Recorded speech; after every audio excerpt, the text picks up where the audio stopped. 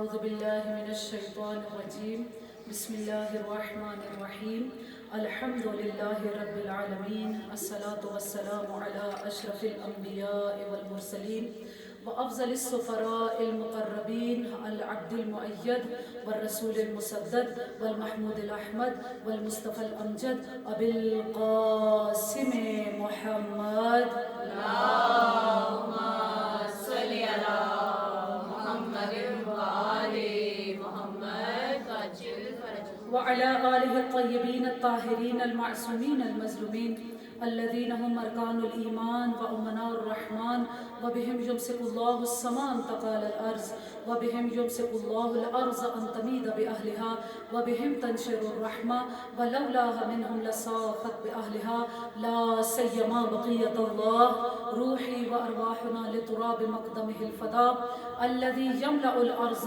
قسطا وعدلا بعدما ملئت ظلما وجورا اللهم اجعلنا من أنصاره وأعوانه ولا تجعلنا من أعدائه صلوات پڑھیں محمد اللهم صل على محمد وآل محمد وعجل فرجهم أما بعد فقد قال إمام حسين عليه السلام لو لم يكن في الأرض ملجأ ولا مأوى لما بايعت يزيد بن معاوية صلوات پڑھیں محمد وآل اللهم صل على محمد وآل محمد وعجل فرجهم امام حسین علیہ السلام کا قول ہے کہ لو لم یکن لی فی الارض ملجأ ولا مأوى کہ اگر اس زمین میں حسین کو کوئی بھی جائے پناہ نہ ملے، کوئی ملجا، کوئی مأویٰ نہ ملے، لما بایعت یزید ابن معاویہ، تب بھی حسین یزید ابن معاویہ کی بیعت نہیں کرے گا۔ صلوات پڑھیں محمد والے اللہم صلی علی محمد وآل محمد وعجل فرجهم۔ محرم کا چاند طلوع ہو گیا۔ امام رضا علیہ السلام کا صحابی ہے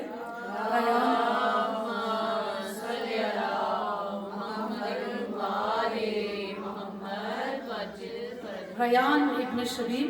بارہا آپ لوگوں نے اس روایت کو سنا ہوگا، کیونکہ ہمارے پاس اس عزاداری کو بپا کرنے کی جو سب سے بڑی دلیل، روایت اور حدیث ہے، وہ یہی امام رضا علیہ السلام کی حدیث ہے۔ ریان ابن شبیب، اسی طرح محرم کا چاند طلوع ہوا، امام رضا علیہ السلام کے گھر میں آئے، لیکن بظاہر یہی لگتا ہے کہ ریان کو معلوم نہیں ہے کہ محرم کا چاند طلوع ہو گیا۔ ریان جب آئے، توجہ چاہوں گی، ریان آئے تو کیا دیکھا؟ امام سیاہ لباس ہیں۔ آج امام کرسی پر یا مسند پر نہیں بیٹھے ہوئے، امام خاک پر بیٹھے ہوئے۔ امام کی آنکھوں سے مسلسل آنسو جاری ہیں۔ اب ریان جی پوچھتے ہیں کہ مولا آخر یہ سب میں کیا دیکھ رہا ہوں؟ آخر آپ سیاہ لباس کیوں ہیں؟ آپ کا گھر سیاہ ہے، آپ کی آنکھوں سے مسلسل آنسو جاری ہیں، مولا اس کا سبب کیا ہے؟ ایک مرتبہ امام رضا علیہ السلام نے ہچکیوں کے ساتھ، سسکیوں کے ساتھ ریان ابن شبیب کو وہ طویل حدیث روایت فرمائی اور کیا کہا؟ اے ریان ابن شبیب، یاد رکھنا کہ یہ محرم کا مہینہ وہ ہے کہ جس میں اہل جاہلیت، وہ لوگ کہ جن کے پاس ابھی رسالت نہیں پہنچی تھی، قرآن نہیں پہنچا تھا، توحید کے ماننے والے نہیں تھے، لیکن اس کے باوجود وہ اس مہینے میں قتال کو حرام سمجھتے تھے۔ اب سوچئے کہ امام نے کس دل سے اس کو بیان کیا ہوگا کہ اے ابن شبیب، اسی مہینے میں میرے جد کے خون کو بہایا گیا، صرف میرے جد کے خون کو نہ بہایا گیا بلکہ ان کی عورتوں کو اسیر بھی کیا گیا۔ اور اس کے بعد امام علیہ السلام نے ارشاد فرمایا کہ اے ابن شبیب، یاد رکھنا ان کنت باکیا علی الشیء، اگر تیرا دل چاہے کہ تو کسی چیز پر روئے، انسان ہوتا ہے نا، مشکل آ جاتی ہے، پریشانی ہو جاتی ہے، اسے کسی بات پر رونا آ جاتا ہے، امام علیہ السلام کیا کہتے ہیں؟ ان کنت باکیا علی الشیء، اے ابن شبیب یاد رکھنا اگر کبھی تیرا دل ٹوٹ جائے تیرا دل چاہے کہ تو روئے فبکی علی الحسین، تو میرے جد حسین پر گریہ کرنا۔ کیوں گریہ کرنا؟ انہو ذبحا کما یذبح الکبش، انہیں اس طرح ذبح کیا گیا کہ جس طرح کسی جانور کو ذبح کیا جاتا ہے۔ اور پھر امام کیا کہتے ہیں؟ اس لیے کہ جب تو حسین پر گریہ کرے گا پروردگار تیرے گناہوں کو بخش دے گا۔ اور ساتھ امام علیہ السلام نے ارشاد فرمایا کہ تمہارے گریہ کی کیفیت اجر کو ملے گا، تمہارے گریہ کس طرح کا گریہ تمہیں کرنا ہے۔ امام علیہ السلام کیا کہتے ہیں؟ صرف ایسا نہیں ہے کہ دل ٹوٹ جائے، صرف ایسا نہیں ہے کہ تم ظاہری شکل بناؤ رونے والی، صرف ایسا نہیں ہے کہ آنسو تیری پلکوں تک آ کر رک جائیں۔ امام کیا کہتے ہیں؟ اے ابن شبیب یاد رکھنا کہ اگر آنسو تیری آنکھ سے نکل کر تصویرہ علی خطی، وہ آنسو تیرے رخسار پر آ جائے تو پروردگار عالم کیا کرے گا؟ غفر اللہ لکا ذنبک، اے ابن شبیب پروردگار تیرے سارے گناہوں کو بخش دے گا۔ کون نہیں چاہتا کہ اس کے گناہ بخشے جائے، اسے پروردگار کی طرف سے مغفرت حاصل ہو۔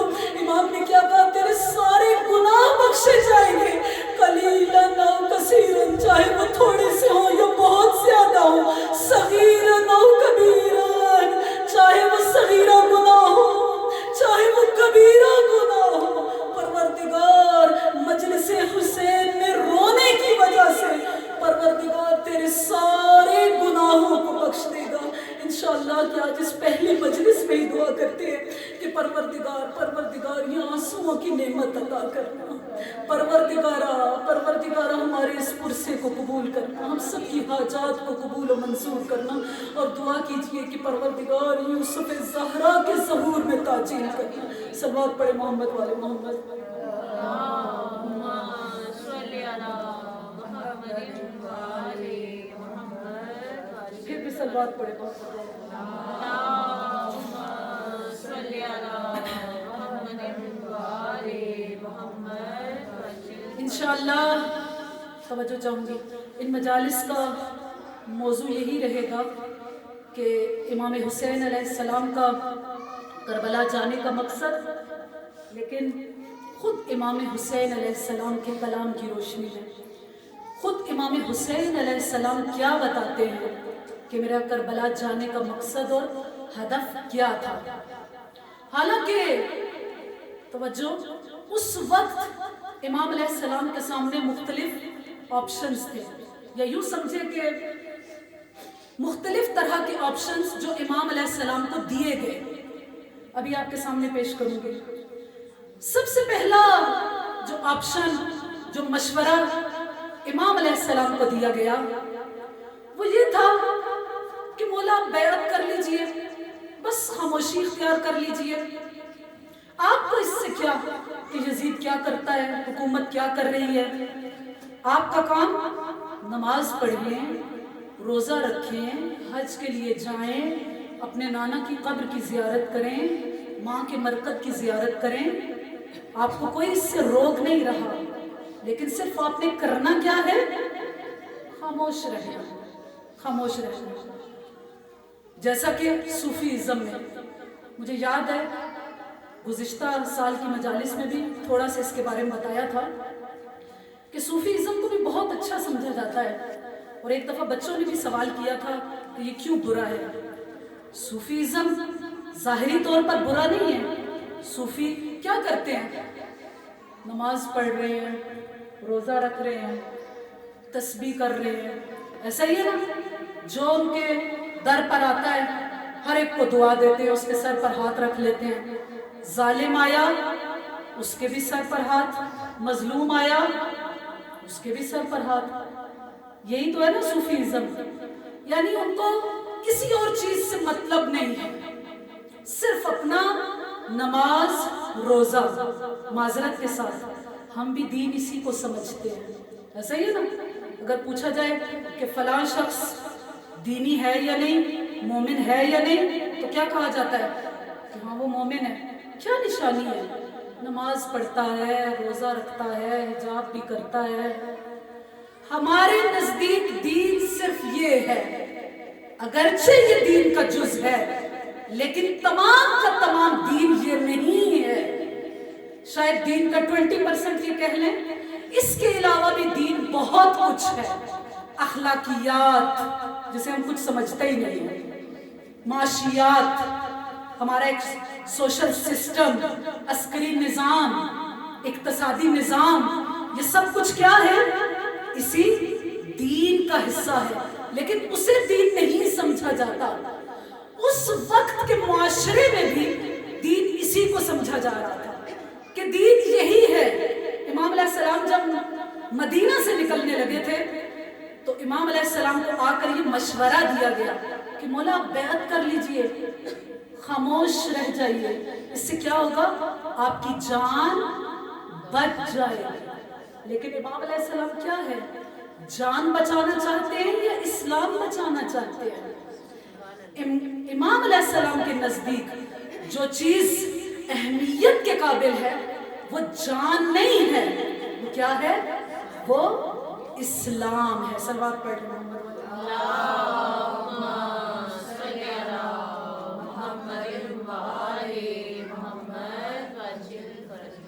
تو اس وقت کے معاشرے میں یہی سمجھا جاتا تھا.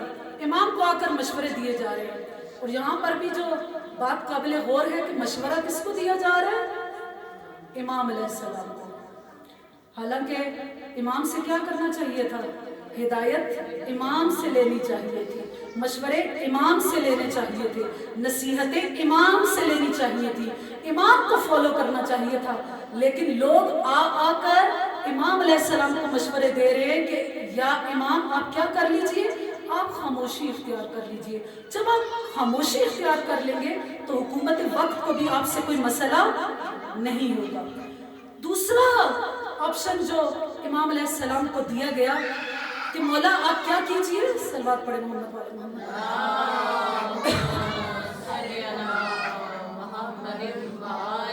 محمد, پھر بھی صلوات پڑھیں محمد والے.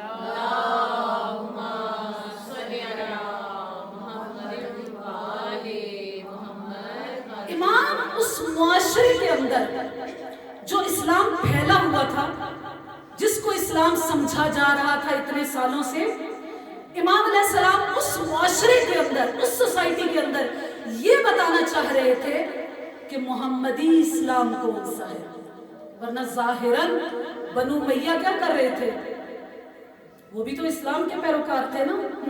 کربلا میں جتنے آئے کیا وہ کافر تھے امام علیہ السلام کے مقابل؟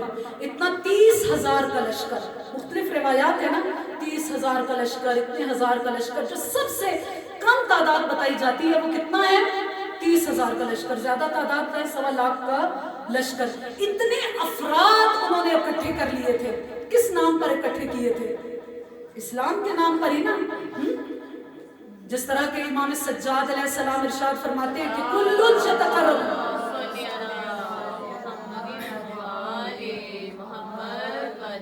امام سجاد علیہ السلام ارشاد فرماتے ہیں کل یتقرب الی اللہ بدم الحسین.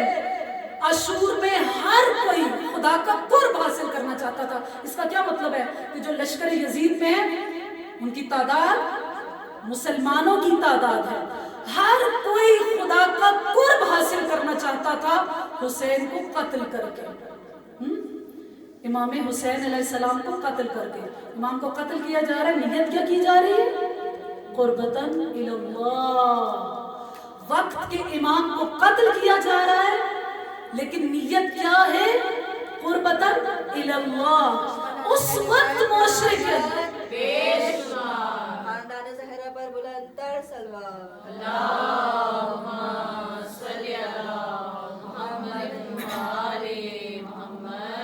اس وقت معاشرے کے اندر جو اموی اسلام, بظاہر اسلام موجود تھا, امام علیہ السلام اس کے مقابل میں بتانا چاہتے تھے کہ میں تمہیں بتانا چاہتا ہوں کہ محمدی اسلام کسے کہتے ہیں.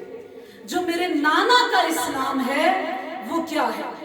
بہرحال پہلا آپشن یہ تھا کہ آپ بس خاموش رہیے, اور دوسرا آپشن, دوسرا جو مشورہ امام علیہ السلام کو دیا گیا وہ کیا تھا؟ محمد ابن حنفیہ نے دیا, امام کے سگے بھائی نے دیا. انہی کو جنہیں جن کو امام علیہ السلام نے وصیت نامہ لکھ کر دیا تھا.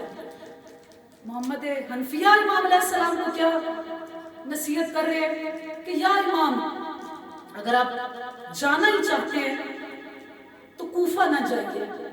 کہاں جائیے؟ کیا کہہ رہے ہیں؟ یمن چلے جائیے. کیوں یمن چلے جائیے؟ کہا اس لیے کہ یمن وہ علاقہ ہے جو امام علی علیہ السلام کے ہاتھوں فتح ہوا تھا. اچھی خاصی تعداد وہاں پر امام کے چاہنے والوں کی تھی. آج بھی یمن میں اگر دیکھیں تو کون ہے؟ امام علی علیہ السلام کے شیعہ موجود ہیں. اور پھر کیوں محمد حنفیہ نے امام علیہ السلام کو یہ مشورہ دیا؟ کہا کہ اگر جغرافیائی لحاظ سے دیکھیں تو یمن کیسا علاقہ تھا؟ پہاڑی علاقہ تھا. یعنی پہاڑوں پر اگر رہ کر جنگ کی جائے تو وہ جنگ کرنا آسان ہوتا ہے. اگر بہت کم افراد بھی اگر پہاڑ کے اوپر بیٹھ جاتے ہیں تو نیچے سے کوئی بڑا لشکر بھی گزر رہا ہو تو کیا ہوگا؟ اگر وہ ان کے پاس تیر تلوار بھی نہیں ہے تو اوپر سے پتھر ہی ماریں گے تو کم از کم ان کا نقصان کر دیں گے. اور ایک اور وجہ کیا تھی کہ یہ یمن والے مزاجن جنگجو افراد تھے، جنگ کرنا پسند کرتے تھے. اسی لیے محمد حنفیہ نے امام علیہ السلام کو کیا مشورہ دیا کہ مولا آپ کوفہ نہ جائیے، کیونکہ کوفہ نے ہمیشہ خاندان اہل بیت کے ساتھ بے وفائی کی ہے، دھوکہ دیا ہے، اس لیے آپ وہاں نہ جائیں. آپ کہاں جائیں؟ یمن چلے جائیں. لیکن امام علیہ السلام نے بھی آگے سے محمد حنفیہ کو کیا جواب دیا کہ اے محمد حنفیہ، آپ چاہتے ہیں کہ میں جان بچاؤں، حالانکہ میں جان بچانے کے لیے نہیں نکل رہا. حسین کو اپنی جان کی پرواہ نہیں ہے، میں اسلام بچانے کے لیے نکل رہا ہوں. پھر امام علیہ السلام کو کیا مشورہ دیا گیا کہ اچھا جس رستے سے عام لوگ جاتے ہیں نا، آپ اس رستے سے نہ جائیں، کسی غیر معروف رستے سے جائیں. مقصد کیا تھا کہ اس سے آپ کی جان بچ جائے گی. وہاں پر بھی امام علیہ السلام نے کیا جواب دیا؟ انی لا افر فرار العبید، میں غلاموں کی طرح، ڈرپوک لوگوں کی طرح یہاں سے فرار کر کے نہیں جاؤں گا، کیونکہ حسین جان بچانے کے لیے نہیں جا رہے بلکہ حسین اسلام بچانے کے لیے جا رہے. نعرہ تکبیر، اللہ اکبر، نعرہ رسالت، یا رسول اللہ، نعرہ حیدری، یا حیدری، یا حیدری، زہرا پر بلند تر سلوات. اللہم صلی علی محمد وآل محمد وجل. اور یہ بھی سوال اٹھتا ہے کہ آخر اس معاشرے نے امام حسین علیہ السلام کی مدد کیوں نہ کی، حالانکہ ان تمام شہروں کے اندر مسلمان موجود تھے. ایسا ہی ہے نا، ابھی آپ مصائب میں بھی پڑھیں گے، سنیں گے کہ کیا ہوتا ہے. امام علیہ السلام 28 رجب کو مدینہ سے نکلتے ہیں. مدینہ میں کیا مسلمان موجود نہیں تھے؟ پورا مدینہ مسلمانوں سے بھرا ہوا تھا. امام علیہ السلام مکہ آئے. مکہ میں کتنا عرصہ رہے ہیں امام علیہ السلام؟ اور سب کو پتا ہے کہ امام علیہ السلام قیام کی غرض سے نکلے ہیں، یزید کے خلاف نکلے ہیں. مکہ میں کتنا عرصہ امام علیہ السلام رہے؟ 4 ماہ رہے ہیں. شعبان میں امام آئے. شعبان، رمضان، شوال، ذیقعدہ، ذوالحجہ، بلکہ یوں سمجھ لیں 4.25 مہینے، 4.25 ماہ امام علیہ السلام قیام کی غرض سے مکہ میں رہے ہیں. لیکن مکہ میں سے کتنے افراد امام علیہ السلام کے ساتھ نکلے؟ امام علیہ السلام مکہ سے نکلے اور ہر جگہ پر امام علیہ السلام اپنا مقصد بتا رہے ہیں. موضوع تھوڑا سا خشک ہے لیکن انشاءاللہ کس چیز کی ضرورت ہے، اس لیے میں نے اس موضوع کا انتخاب کیا. سب بات پڑھیں محمد والے. اللہم صلی علی محمد وآل محمد وجل. امام علیہ السلام مکہ سے نکلے، امام نے وصیت کی، اپنا مقصد بتایا. مدینہ سے نکلے، مکہ آئے. مکہ میں 4.25 مہینے امام علیہ السلام رہ رہے ہیں. امام علیہ السلام لوگوں سے ملاقاتیں کر رہے ہیں، امام علیہ السلام تقریریں کر رہے ہیں، لوگوں کو خطوط لکھ رہے ہیں، بصرہ خط لکھے، کوفہ خط لکھے. لیکن آپ سب مجھے بتائیے کہ جب امام علیہ السلام مکہ سے نکلے، اور اس وقت کون سا زمانہ تھا؟ حج کا زمانہ تھا. اور یہ امام علیہ السلام کی حکمت عملی دیکھیے کہ امام علیہ السلام نکل رہے ہیں این اس دن جب حاجیوں نے احرام کو باندھا ہوا ہے. ایسا ہی ہے نا، تمام حاجی یعنی یوں سمجھیے کہ دنیا کے کونے کونے سے آئے ہوئے تمام مسلمان اس وقت مکہ کے اندر موجود ہیں، کعبہ کے پاس موجود ہیں، طواف کر رہے ہیں۔ ہر حاجی 8 ذی الحج کو وہاں پر ہی ہوتا ہے نا۔ امام علیہ السلام نے وہاں پر عباس کو مقرر کیا کہ عباس کعبہ کی چھت پر جائیں، جا کر تقریر کریں۔ تقریر کی، امام نے احرام کو کھولا، عمرے میں تبدیل کیا۔ امام علیہ السلام کس طریقے سے وہاں سے نکل کر جا رہے ہیں، لیکن ذرا بتائیے کہ کتنے افراد امام علیہ السلام کے ساتھ آئے؟ کتنے افراد آئے؟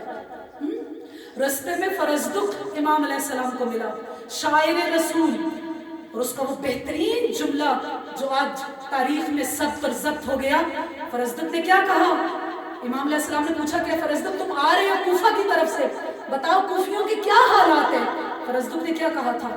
مولا ان کے دل آپ کے ساتھ ہیں، دل سے بہت آپ کو چاہتے ہیں، قلوبہم معاک، ان کے دل آپ کے ساتھ ہیں، لیکن ان کی تلواریں آپ کے خلاف ہیں۔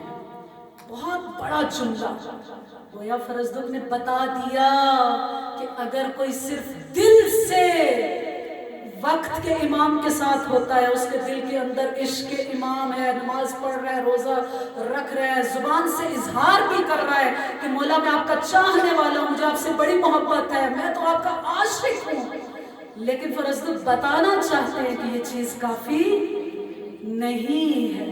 جب تک عمل کے اندر حسینیت موجود نہیں ہوگی، دلوں کے اندر حسین ہونا کافی نہیں ہے۔ آخر کیا وجہ ہے کہ اس معاشرے نے امام حسین علیہ السلام کی مدد نہ کی؟ یکم ہجری کو رسول خدا مدینہ آئے، 61 ہجری کو، یعنی 60 ہجری گزر رہی تھی نا، 61 ہجری کا تو سمجھے کہ پہلے 10 دن گزرے۔ ان 60 سالوں کے اندر معاشرہ کیوں اتنا تبدیل ہو گیا؟ کیوں اتنا تبدیل ہو گیا کہ امام کو قتل کر دیا جاتا ہے؟ کس بے دردی سے ان کے تمام خانوادے کو قتل کر دیا جاتا ہے، بیویوں کو اسیر کر لیا جاتا ہے، کوفہ و شام میں پھرایا جاتا ہے، اور کسی پر کوئی اثر ہی نہیں ہوتا؟ ایسا ہی ہے نا؟ اثر ہوا تھا، کتنا سا اثر ہوا تھا؟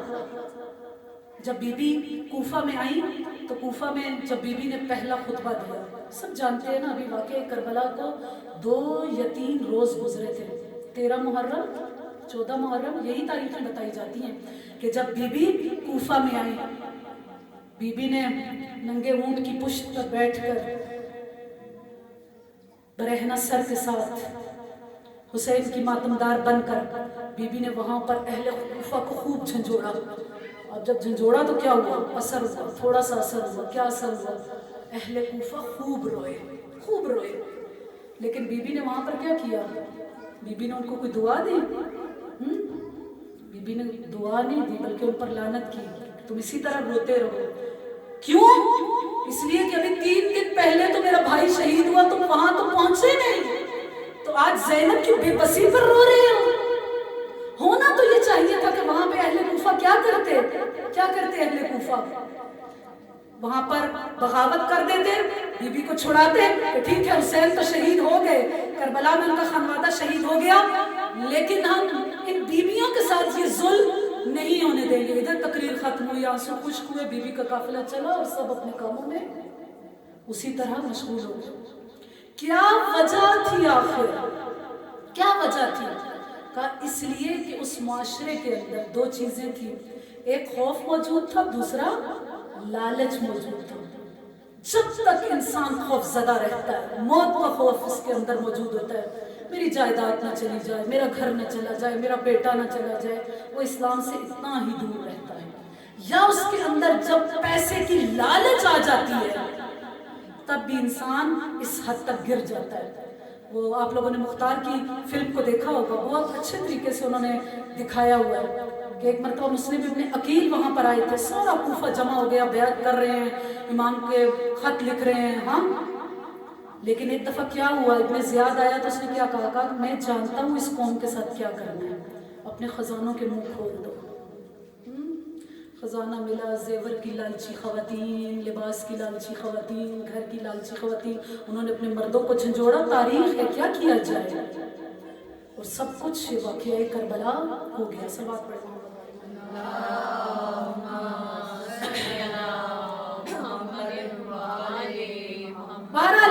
السلام نے اپنا مقصد بتایا، کوئی اور مقصد حسین کو بتا نہیں سکتا. کوئی ذاکر، کوئی خطیب، کوئی مؤلف، کوئی مصنف، کسی کو اجازت نہیں ہے کہ وہ امام علیہ السلام کے مقصد کو بتائے کہ امام کا یہ مقصد رہا ہوگا. امام کو کسی ترجمان کی ضرورت نہیں، کسی انٹرپریٹر کی ضرورت نہیں ہے کہ وہ آئے اور بیان کرے کہ امام علیہ السلام کا مقصد یہ تھا. امام بولنا جانتے ہیں. امام خطیب منبر سلونی کے فرزند ہیں. امام نے جگہ جگہ اپنا مقصد بتا دیا.